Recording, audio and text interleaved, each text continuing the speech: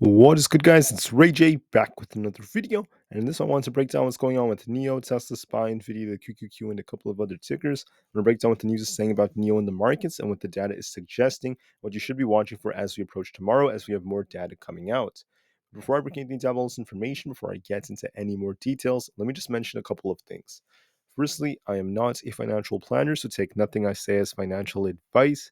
And also, if you guys can, please check out the Moomoo link, which is down below and in the description. If you sign up for Moomoo and deposit $100 into the account, you are guaranteed up to 5 free stocks. If you deposit $1,000, you're guaranteed up to 15 free stocks, and the offer ends very soon.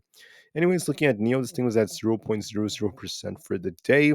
Overall, though, we have a potential uptrend that could be established as NEO had this low at 5.8 and now it's trying to establish a higher low. NEO is showing some life as well as we saw SPY break above 490, Tesla break 190, and the market is showing life as well. But the question is, how will these stocks move? What's going to affect them? I'm going to be talking about all of this today. So, first and foremost, for tomorrow, it's going to be Tuesday, January 30th. I just want to call out that at 9 o'clock a.m., we have some data. We have the house price index report coming out. This is going to give us a gauge of how housing is looking, house prices as well, which is very important for inflationary data. So this is very forward-looking data. We'll see what this could actually lead to. So watch this very carefully. On top of this, we have the JOLTS job openings report coming out for December. Very important employment numbers. We want this to be between 8.7 and 8.75 million. So watch that very carefully.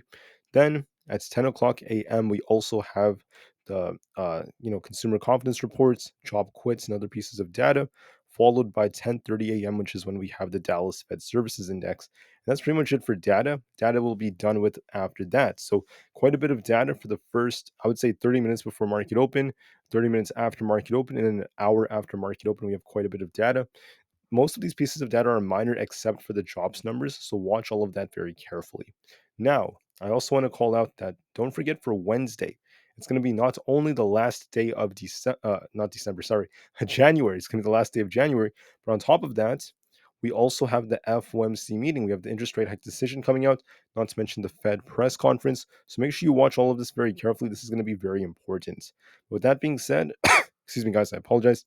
Now we'll have to see how this data affects us in the morning. So watch all of this very, very carefully. Now, besides this, I just want to mention that we have some data coming out. We have more earnings for Super Micro and just a few others. It's all very minor, at least for today. But things also become serious tomorrow because we have Microsoft, AMD, and Alphabet all announcing their earnings. This is going to be very important. So we'll see what they end up causing. If this causes the market to pump more, it's going to be very fabulous to see. If not, it is what it is. So we'll just see what earnings cause. This is going to be a make or break for the market rally. So be very careful. We'll see what Microsoft gives us. On top of this, don't forget that for Thursday, we have Apple, Amazon, and Meta all announcing their earnings. We will see what this causes as well, so it's going to be very important. Make sure you're ready, guys. Make sure you do what is very, very applicable. As far as NEO goes, we're still getting a lot of attention for the EL6. The EL6 is very important. You could see people could take their canoes on there. They could take many different things and lots of cargo for long trips. This is very, very great. So very, very awesome stuff for NEO, and it's still getting a lot of attention. Where will NEO stock be in 2025 is a Yahoo Finance article that came out. And we can actually see a lot of analysts out there who believe that NEO is still one of the top. Many are saying that NEO is not one of the top 10 stocks to buy right now, despite saying this in the past.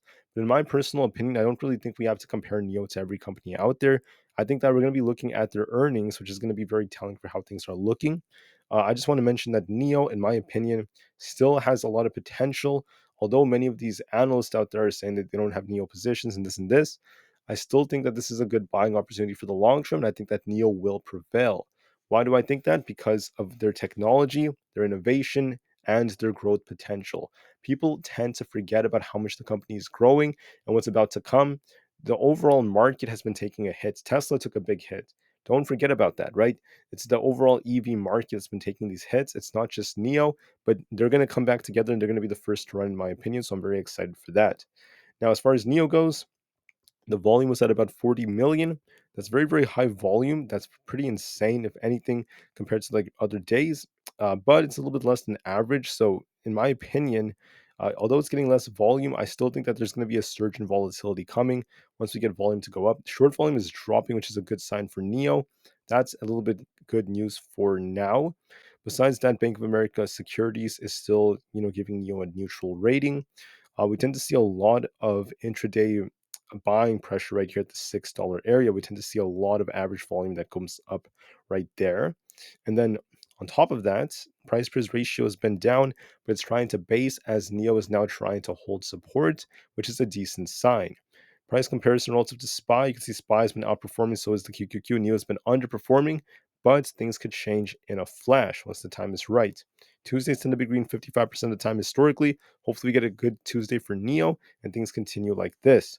Don't forget that around noon, we tend to see high volatility, also at 2 p.m. And then during the last trading hour of the day, those are going to be the most volatile times for NIO historically.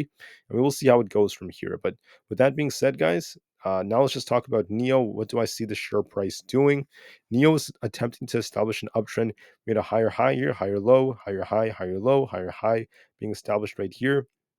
I think that tomorrow NIO is going to attempt to go a little higher depending on the data and the jobs numbers. I think we're going to be looking for a price target of 6.25, give or take. And I think we're eventually going to get very close to the 4-hour 50 EMA up here. So I think there's going to be a little upside coming at least to NIO. And I think it's going to attempt to push a little higher. So I say that because of the fact that it's basing at this $6 area. And on the daily, we're starting to curl in terms of our MACD. We used to be very oversold. Now we're less oversold, and the daily candlestick looks a little bullish. So we might see a little push to at least 6.25, potentially even 6.4 again. What about for SPY? Well, the daily is looking pretty strong on SPY. There's no sign of this cooling off. I think that it depends on the numbers, but we might see this thing just grab liquidity again at the 490 area, then start pushing for at least 492.5, and eventually higher levels like that. For Tesla, bullish looking daily candlestick. We have this big gap to fill as well if Tesla tries to keep going. In my opinion, I think the setup looks bullish on Tesla, and we're going to be looking for a push to at least 194 to 195 coming very soon. I think Tesla's going to try to push up higher, and I think there's more upside potential for it. For the IWM or the Russell 2000, got a breakout today. We're going to try to break that 200 area. If we do break it, we're going to be looking for a push for at least 202, eventually 205. I think that's going to come very, very soon. For Apple, Apple's looking a little weak, but now it's trying to base at the 20 EMA at this 190 area. So we could back test 190, then bounce. I think it's going to be making its way up to 192 very, very soon. For the QQQ, daily's looking very bullish. Going to be looking for a push to 429 to 430. I think it might push a little bit higher. I think there's definitely potential for it to do so. On top of this, for Nvda is attempting to push up higher, so we're going to be looking for a push very close to this 628 to 630 area. In my opinion, the daily looks strong, and I think there's a very good chance it's going to push even higher. So with that being said, thank you all so much for listening. I think the market's going to try to pump higher. NIO is going to make its way up to 6.25 very soon. I'm favoring the bulls a little bit more. In my video from yesterday, I said that NIO could drop, grab liquidity, then bounce. That's what happened today. And I think that we might just get a follow-through move with this bounce. So look for a little push to 6.25 and eventually 6.4 later on. I think there's upside potential. And with that being said, thank you all so much for listening. Have a great day, guys. Remain calm, cool, and collected, and I'll see you guys very soon on the next one. Thank you, and peace out.